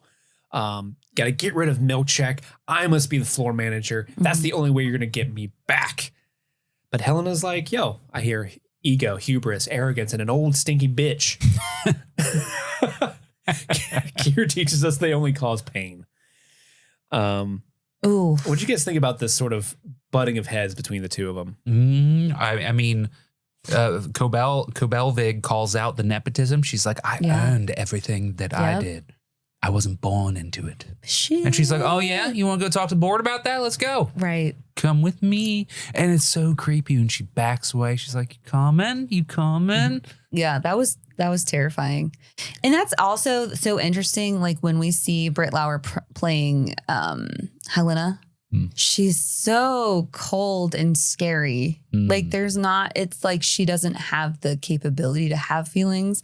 And she does from the other scenes, but it is like so creepy to watch her just be so every word is punctuated. Every word is like just packed with meaning. It's very creepy. And she's also like very soft spoken. And I think that because Lumon is listening, she doesn't want to be accountable for that. No, like, and I hate to be like a total nerd because that's kind of my role in this. But I remember, do you guys know who Jake the Snake Roberts is? Oh my God, Jake the Snake. Is that the dude that carried the snake around in WWE? Yeah, or WCW? Same thing. But so he would do wrestling promos, and at the time in the 80s, the what they would do is like, "I'm gonna get you, Hulk Hogan!" They would scream and yell. But Jake the Snake Roberts would talk real soft, and he would be very pointed and very enunciated, and it was very different at the time. And what it did was it made you lean in and like really listen to what is he saying, and that's what Helena's doing here. Not to say like she's getting inspiration from Jake the Snake Roberts. No, this is a negotiation tactic. She's like, "Come here, for real. Come here, Harmony. I'm going to DDT you in the parking lot." Seriously, you want to see my snake, Damien? No, but it really is a negotiation tactic. When you talk quieter, they have to get quieter. If someone's yelling, you have to, when you talk quieter, they don't know what you're saying until they calm down and listen. And so it's actually like really conniving that she would go softer and quieter because then she has to get closer to hear her. Yeah. Oh, you want to? Scary. You want to talk to the board? How about we go talk to them together? Scary. Let's go walk over by my driver, Lurch. God, he's huge. That guy is big. He's like 12 feet tall. My driver, Lurch. He looks like Lurch. I want to know what cars that she had. It looked like a James Bond, like Aston Martin kind of looking car, but I don't know cars, so it could have been a Pinto. I don't know. So do you think that she was like backing away because she was afraid? She was like scared for her life? Or do you think she was like, oh, no, I'm going to go run and tell? Oh, wait. Are you talking about Cobell turning? Cobell. Oh, she was scared. Yeah. She thought she was about to get erased. But not Harmony, I'm sorry. Helena was also a little displeased that she left because she called her. She's like, Harmony, like come back. So I think she looked a little nervous. Harmony, I'm not going to disappear you. I've only done that one time. Yeah. Come on. That bitch Fran deserved it. And they've never talked about Doug again. Like they don't care about that. That's gone now. That's old news. But we go back to Mark. He's still burning his eyelids. Burn out his retinas. He's only getting to 37, so he's got some work to go. But then Regabi! How the fuck did she find him? Where is he? What's going on here? She has to have somebody on the inside, right? Because how did she hear about the innies speaking out? Because the OTC? the OTC, because they said at the beginning of that episode, was it 2? They were saying, I've taken all the footage from all the guests, and she recorded that message. So anybody who was on the inside at that gala would not have known about that. So she has to have somebody working on the inside. Yeah, it's true. I didn't think about that. Yeah. She got friends. She's got somebody in there helping her out. I got friends in Regabi places. Oh, God. Where the severed frolic. Oh, no. Oh, they don't frolic. That's Drummond. My blues away. But I love how she sort of disparages Mark. Like, you're trying to burn a message to your innie because the computer told you it was a good idea. And he's like, yeah. Mark's indignation towards Regabi at the beginning of the scene is really funny to me because she fucking baseball batted a dude's head in the last time he saw her. And he's like, this fucking bitch. I love it. He's like, I'm not opening the door. She's like, open the fucking door. I'm not going to open the door. No. And then she gets, he's like, no, stop. No. Oh, come on, man. Yeah, she says that that idea wouldn't work because the severance switch dilates the pupils. But there's an easier way in reintegration. He's like, I saw what it did to PD. I'm not too sure about doing that. Yeah, didn't seem easy to PD. But then Regabi hits him with a real KO here. Yeah, like a baseball bat of truth and knowledge straight to the brain. He says, hey, they tell you your wife is still alive at Lumon? And this understandably shakes Mark. Is she? Yeah, is she alive? And she's like, well, last time I saw her, which was a long time ago. That pause felt like forever because they had this long pause after he said, is she? And silence. I'm like, well, tell us. My God, tell us. Say it. Please. So the implications for the Gemma Miss Casey thing is wild. Like if she says like your wife is still alive, does that like, cause there's a lot of theories that it's a clone down there. It's not really Gemma. It's some sort of like remade Gemma. Like, is she just being coy? What does this, or is she confirming like this is actually your wife that's down there? I don't know. It's definitely food for thought. It seems at this point, Mark is also so desperate that he doesn't really care as long as he gets more information about it. But yeah, he gets upset for this. He's only met Regabi twice, and both times he's either thrown up or come close to it. Because he runs out of the door, and she's like, "Hey, first of all, he's like, hey, why didn't you tell me about my wife?" And she's like, well, you'll remember that I baseball batted a guy's head in. We were interrupted. Yeah, we were interrupted. But she's like, hey, I'm better at it, at reintegration. I was just winging it with PD. I can sew together a version of you that loves her with a version that... Ooh. And she doesn't finish the sentence because Mark just says, do it. Just do it. Yeah. Do it. I want to see my wife. Do it. Which, respect. Yeah. That'd be my response too. So I can do whatever you need. If she's already dead anyway, like what does he have to lose? He's so depressed. He doesn't care at this point. He's already going to be wanted for accomplice to murder. So what the hell? Why not? Yeah, I mean, that's his singular focus is his wife. And if there's even a chance that he can bring her back, he's going to take it. And the performance of Adam Scott in this scene and the next scene is really incredible. Because we go straight to, they're in Mark's house now, where Regabi's got all of her machines and stuff set up in his basement. And she kind of gives him some exposition like, oh, we need there's 5 brainwave frequencies of the Indian Outie. We need 2 waves per oscilloscope, and the waves aren't in sync. We just got to sync them waves up, my guy. And we're like, yeah, science. But she kind of hooks him up. He's got some stuff on his, like, what do you call those, electrodes on his head? And he's putting his face through a wire clothes hanger that she shaped into a square. And she starts asking him questions like, who am I? Oh, you're a Saul Regabi. Do you remember protocol? Yeah. Mother's name is Fern Scout. Her eye color, and he doesn't remember his mom's eye color at first. And she's like, seriously? She gives him some shade. Name a dam. Hoover. What does MDR stand for? And I love how the first word he goes for is mystic. Mystic. That's wrong. Yeah. What is something for which you feel shame? Where were you born? And then what month is it? And that's the one where he says, you mean what quarter? That line delivery really cemented something for me that I'm sure I was aware of, but didn't quite piece together. Is this the different way that Adam Scott portrays Innie versus Outie Mark? Because he's going like, what month is it? Ragabi. You mean what quarter? Like his voice is a little bit more nasally when he's Innie Mark. Nerdy. He just gets, it's like you can feel the glasses get sucked up the brow of his nose. That's hilarious. But it's just genius. And we get like flashes back and forth between like him in his red Audi sweater and then his Innie suit. Yeah. And then we eventually get kind of discombobulated to the point where now he's on the table mirroring his first day at the office, which is kind of what we saw Helly go through in the first episode. And I think it's Petey on the intercom going, who are you? Hey there, you on the table? Yeah. Yeah. The intake survey. Ooh. Yeah. Because she's. Who are you? Yeah.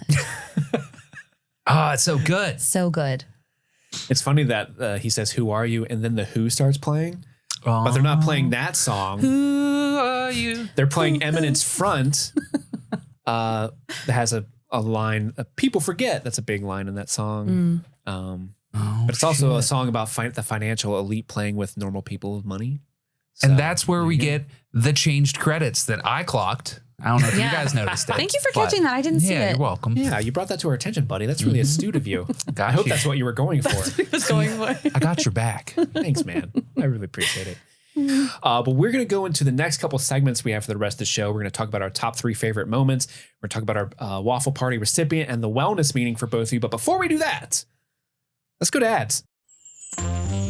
Hello, Stream Fiends, and a frosty welcome to the month of January. It's the start of a brand new year, and as we all set our resolutions and snuggle up to beat the chill, we want to take a moment to warm up our hearts by thanking the stars of our show, you, the listeners. Specifically, we want to give a super shout out to our super patrons who keep the heat on over here at the studio, and I much appreciate that because it's cold over here right now. So let's raise a hot cup of cocoa to our January heroes. Aubrey Carell, Daniel Pack, Nice Guy Eddie, Tulloon, Albus Stinkpot, Maddlestat, Susie Callahan, Anthony Corona, Jim X, Lady Trashley, Milady, Sean Myers, Just Liz Calabria, Mike from New Hampshire, Brett X, E. Scramo, Lil Tickler, Svento7, Jay Scramo, Bloff Pum, AK Ashley Ray, Adam Busby, Big Butthorn, Jer Ladanowicz, Kaylee Sampson, Rabbit Dog in a Barbie Car, Elbander, Charlie Friday, Alexis Adler, Peaches, Emmy,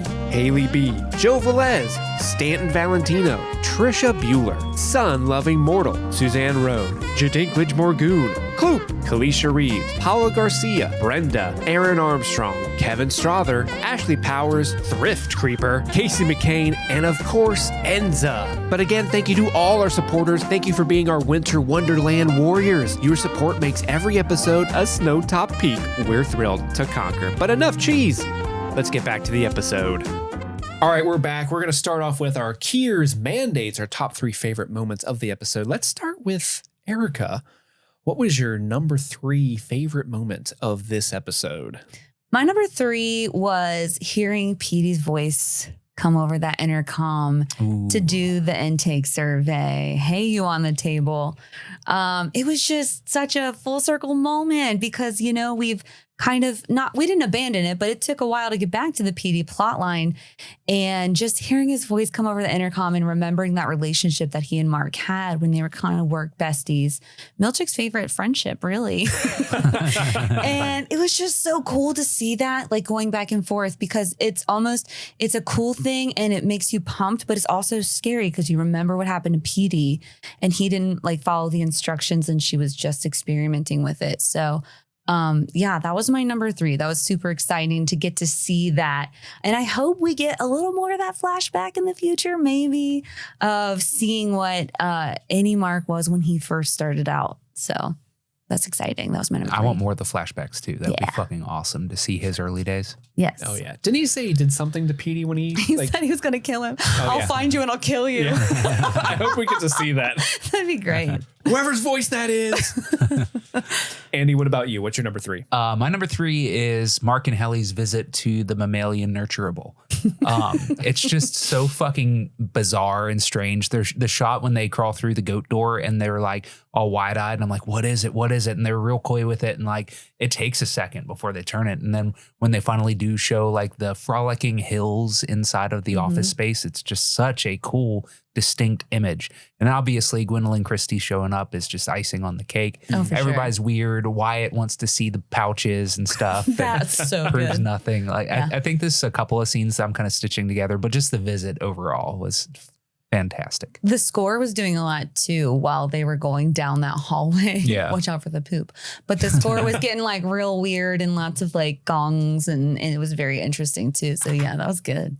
I want to know where those people park. Like is it in the morning? Is The goat Gwendolyn people? Christie getting out of her little 1970s Oldsmobile and lumbering into the Lumen with that like outfit on? Her hair is actually I done love up it. well, but then when she leaves for the day, she's like, "What the fuck do I do in there? She's really bad Is at that bronzer. poop on my cheek?" Yeah, right. What is that? It's poop again. It's a poop again. They called the shit poop. My number 3 is Dylan's visitation with Gretchen. We talked about it a lot, but that scene is so great at being funny, being sweet, but also being really sad. Because, you know, these are two people that we do know that they are in a relationship outside of Lumen. And the fact that she almost sees him like, oh, I can be maybe a little bit more honest with this man than I would outside. Like, because I can't call my husband a fuck up to his face, but like, here's this version of him that doesn't know who he is. And it's almost like talking to a different person. And the way she kind of does that, but she still loves him because she says it. And like, I'm always proud of you. Like she's supportive, but she is a little like, come on, man. Exhausted. She's exhausted. Yeah. She works the night shift, either policing, security guarding, bus, whatever she's Answering doing. She's 911 working calls, the who night knows? shift and she has to take care of the kids, I assume, during the day. But then also she's taking time out of her day to go visit him at his weird ass job where he doesn't have memory of her. Like, you know, I don't want to say Gretchen's a real one because if she is a cop, maybe she's one of the Lumen cops, you know? But I mean, in this, I totally get why she's so tired. Yeah. To that effect, I was also like, that might be another reason that she was so willing to do it. Yes. Like, why would she was anyone already there? Why would anyone want to do that? That's so weird and awkward. Like, She does Lumen security. But yeah. Ooh. I mean, Intrigue. I mean, we did speculate that their house is Lumen housing because of the teardrop cul-de-sac. Mm-hmm. And also they got a Kier doll in there. So Got that Kier doll. yeah. Erica, you're number 2. My number 2 is the power play between Cobell and Helena. Oh, like seeing Harmony standing there with her fist balled and just like waiting for her, like she's trying to do the power play. And then it switches to Helena's doing, well, let me get the board. Oh, they're here. They're going to meet us both. Come get in my car.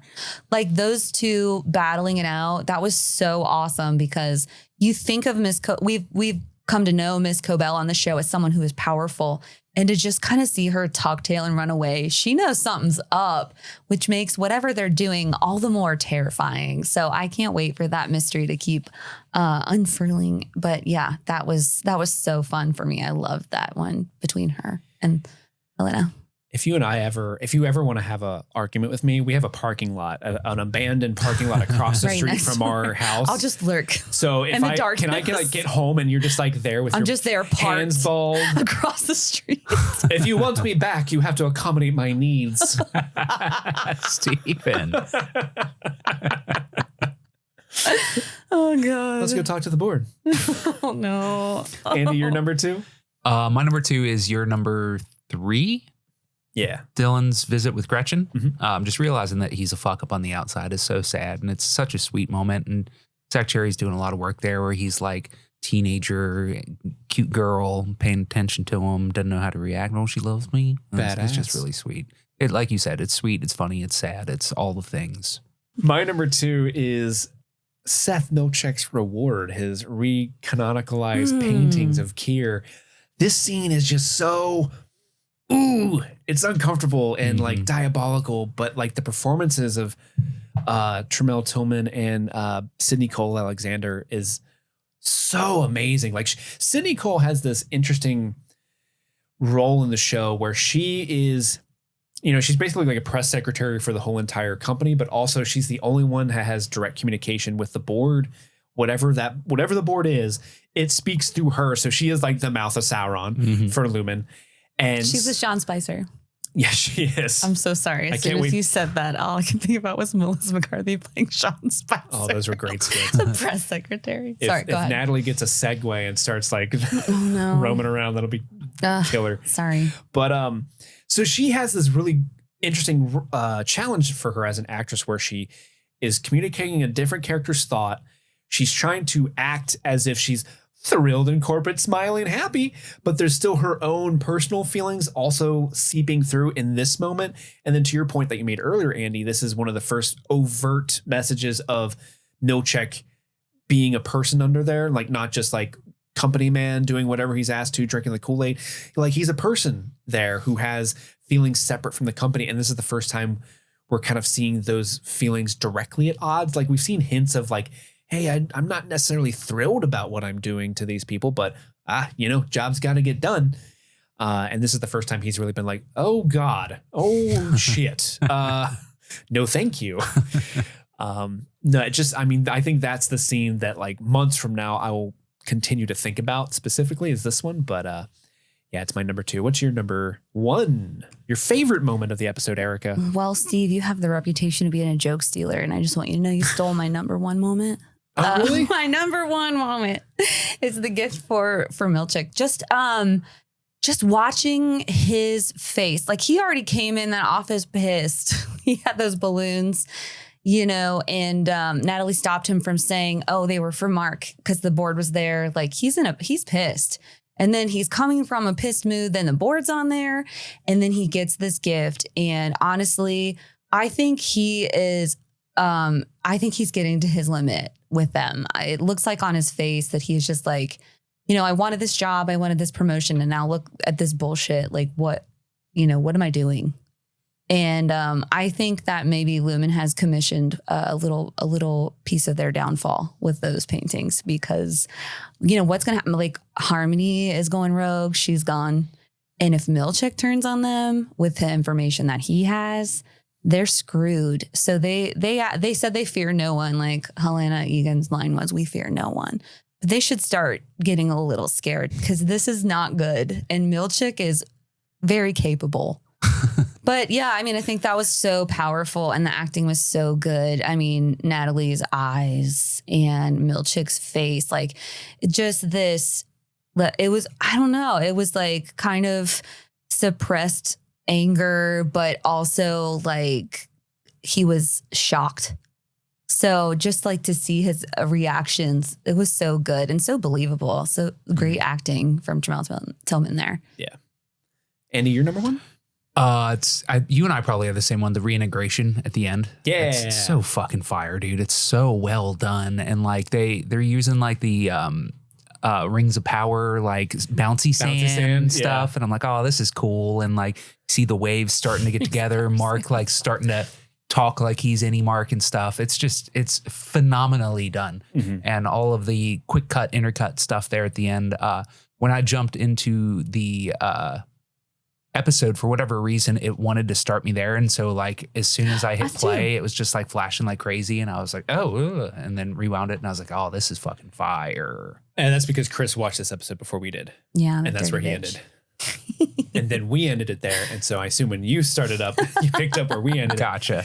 No, that's my number 1 favorite moment as well. You mentioned the rings of power bouncy sand. I was bringing up YouTube videos of people doing that experiment, trying to see like what hertz level created that pattern.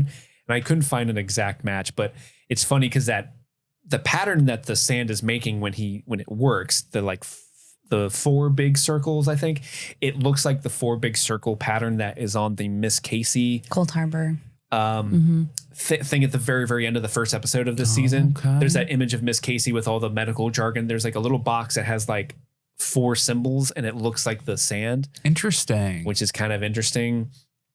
And Erica hated that I was like apparently she has the hearing of a dog or something, because like the hurts on the YouTube video that was playing was like not bothering me, but she's like on the other side. I'm like, oh my God, what are you doing? Holy shit, does that not hurt your ears? And I'm like, what? I'm not a real person. Steve cloned me from Pippin. What are you doing, Daddy? But it's also like a great moment because of Adam Scott's acting. And I love how simple reintegration is, really. You're just realigning brainwaves. Yeah. Which sounds like in our mind, it's like, oh, it's got to be this really big, dangerous thing. But really, Severance is kind of a low key procedure because we saw Helly do it in the first season. It's just outpatient. Yeah, we're just it's outpatient. They inject a thing into your brain and then you're working 20 minutes later, right? So why wouldn't reintegration be just as similar? You just get Ragabi to wave a wand around your head until the sand says it's okay. Well, and you saw that, when she was doing it in the episode, that at one point she had it over his head and his hand started to lift up. Yeah.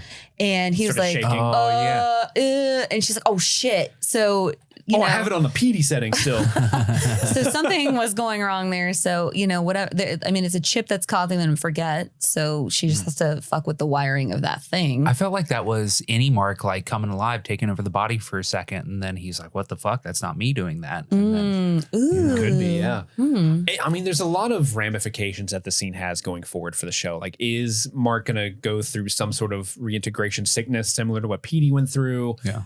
How is he's a changed man, whatever we get. Yeah. And it changes everything. Mm-hmm. And he's going to have the memories of Outie Mark going to wellness with Miss Casey. So he's going to have those memories of hanging out with her. And so that's going to be a big deal for him. But also he's going to probably be confused. Like, why am I sweet on Helly? Like, this is weird. There's a lot of juicy material that you can pull out of this reintegration. And I'm like you said, I would have pictured this as a season ending type thing, but it's right here and at the end of season. 7 more episodes. That's awesome. We have 7 more. Severance more episodes. I'm so excited. But you smiled all pleased with yourself. He was so happy. Because I was like, that's fucking dog shit. And I love it. But let's move on to our favorite performance of the episode. Who are we giving the waffle party to, everybody? Let's start with Andy this time. Me? Oh, fuck. I was ill prepared. I'm going to give it to Zach Cherry. Nice. Work that he's doing with the it being all weird and coy. And then like the scene with him and Miss Wong walking down the hallway, like, not to be rude, but like, are you okay? And stuff was fucking fire. And then obviously all the stuff we already talked about with him and Gretchen, him playing like this sweet, shy, sad, and, disappointed in who he is on the outside and stuff. He's doing good work. So shout out Zach Cherry. Agreed. Erica? I was really torn. I was thinking about giving it to Zach Cherry because of everything you just said. I think I still want to give it to Tremel Tillman. I love him. And this is the first time that I haven't been just kind of like not suspicious that he is just an automaton creepo. He's been so easy to like turn that smile on and then so easy to be menacing instantly. But this is, we don't get his Outie life because he's not severed.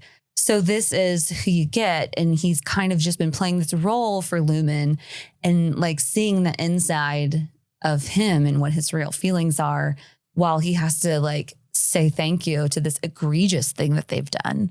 And he has to just give this insipid, like, thank you, I'm grateful. And then they just cut the intercom off. So I think I'm gonna do it. I'm gonna go with Tremel Tillman. I'm gonna give my waffle party to him. Solid. Both excellent choices. I mean, really, this episode, you can give it to everyone on the cast. So much happens. There's so much going back in between the cast, you too. Give it to Felicia, and I'd be like, hell yeah. She's great. She's awesome. She's adorable. She's in it for 10 seconds, but she was great in it, right? Yeah. This is a hard one for me, because again, like what Adam Scott does with Mark and like kind of playing the two different versions of him, I think is very good. Everyone's just amazing. But at the end of the day, I'm going to give it to somebody that I don't know if we've ever given it to this person, and I don't know if we'll ever have a chance to give it to them again. I'm going to give it to Sydney Cole Alexander, who plays Natalie. Oh, Natalie. Okay. That scene with her and Milchek is so great, and I think she's wonderful in it. Like the big eyes and the trembling lips and the smile. Like, this is okay. I'm not being get outed. Natalie, also received this gift. Yeah, it's unsettling, her performance, but in like a "Are you okay, girl?" kind of way. So I'm gonna give it to her because hell yeah, everyone deserves their flowers, and we all know Body, all different ones. We all know Body. We all know Body. All right. I feel good about it though. Yeah, I do too. Well, we got one last final segment to do before we close out this episode. Oh, fuck. I forgot about this. You guys have been so good this episode. You both came up with really great ideas. Andy, specifically with the whole reverse credit thing. You really nailed that one. Yeah, thanks, man. I think that's what I was going for. It was very astute. You both deserve to take a trip down to wellness. So let's go there. Let me turn on the nature sounds. Let me get the diffuser working on here. And let me share some facts with you about your Outies. They are truly remarkable people. And these facts should bring you great satisfaction. Just relax, stay open, and try to appreciate each fact equally. These facts are for your enjoyment and must remain within this room. Okay. Who would like to receive their facts first? Ladies first. Okay, I'll go first. All right, Erica. Newcomer. Are you ready for your Outies facts? I'm gonna take a deep breath and get ready. Okay, deep breath. We're all talking all airy and low, and I love this. Oh, it's how you have to talk in wellness. If we talk too loud, they yell at us. All right, Erica. Yes. Your Outie can expertly pack a suitcase to maximize space. Your Outie once negotiated peace during a family board game dispute. It was ugly. Your Outie was voted most likely to brighten your day in school. Please enjoy all facts equally, please. I was a big nerd in school. Your Outie once solved a mystery involving a lost scarf and a helpful crow. What? Andy? Yeah. It's not your turn.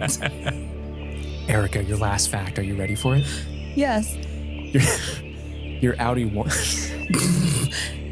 Steve, please give these equally. Sorry, I don't want to be disappeared. I don't want to be retired. Erica, your last fact is your Outie once saved a baby deer from a snowstorm. You can fall asleep knowing that your Outie is a remarkable person. I'm going to take that in and enjoy it equally with all the facts. You lived Bambi. You did. If only you were there for Bambi's mom. Oh. Andy, are you ready to receive your Outie facts? Let's go. Andy, your Outie never forgets to water their neighbor's plants when asked. Your Outie has mastered the art of polite but firm disagreement. Erica. Sorry. Please. I'm sorry. It's unbecoming of you. Andy, your Outie knows the lyrics to at least one sea shanty. These facts are being enjoyed equally, Andy. Minus 10 points for that outburst. Your Outie folds their clothes as if Marie Kondo is watching. And your last fact, your Outie can calm a crying baby with a single glance. So your Outies are remarkable people. How do you feel about those facts? I feel good. I feel relaxed. I feel remarkable. So listener, if you ever have a crying baby, just FaceTime Andy. A single glance will shut that thing right up. He doesn't even have to sing the Kier song. No, he does not. Just a glance. Wow. Well, thank you, Erica, for stepping in, joining us, and taking Kit's Thanks place. for having me. You were amazing. Sorry if I interrupted a lot. I get really passionate. Oh, you didn't interrupt more than Chris around these parts. Andy, thank you as always for joining me. Happy to be here. You listener, thank you for listening. If you would like to interact with the show, you can email us at streamingthingspod@gmail.com. Don't forget to go onto our Patreon, patreon.com/streamingthings, where we got all sorts of fun happening. We're covering Game of Thrones. We're deep into season 4 of that episode coverage. We're also doing Yes, Arcane. We're doing that as well with Madison.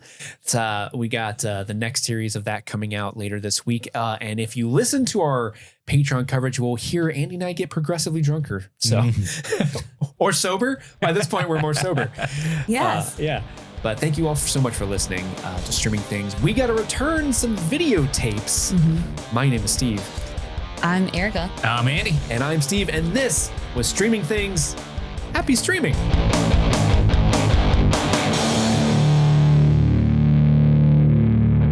Well, you guys ready? We can go right into it. Oh my God, I'm so scared. Okay, Let's do this. Let's do it. Wait, is this a team I'm getting exercise? hyped. We can make it a team exercise. We can do shake eights. 1, 2, 3, 4, 5, 6, 7, 8. 1, 2, 3, 4, 5, 6, 7, 8. What are you doing? 1, 2, 3, 4, 5, 6, 7. 1, 2, 3, 4, 5, 6, 7. He's doing all of it. He's doing all of it. 1, 2, 3, Are 4, you 5, having a 6, 7. seizure? 1, 2, 3, 4, 5, 6. 1, 2, 3, 4, 5, 6. 1, 2, 3, 4, 5, 6. 1, 2, 3, 4, 5, 6. 1, 2, 3, 4, 5. 1, 2, 3, Someone explain 1, 2, 3, 4, 5. 1, 2, 3, 4, 5. 1, 2, 3, 4. 1, 2, 3, 4. 1, 2, 3, 4. 1, 2, 3, 4. 1, 2, 3. 1, 2, 3. 1, 2, 3. 1, 2, 3. 1, 2, 1, 2, 1, 2, 1, 2, 1, 2, 1, 1, 1, 1. Yay! Hey!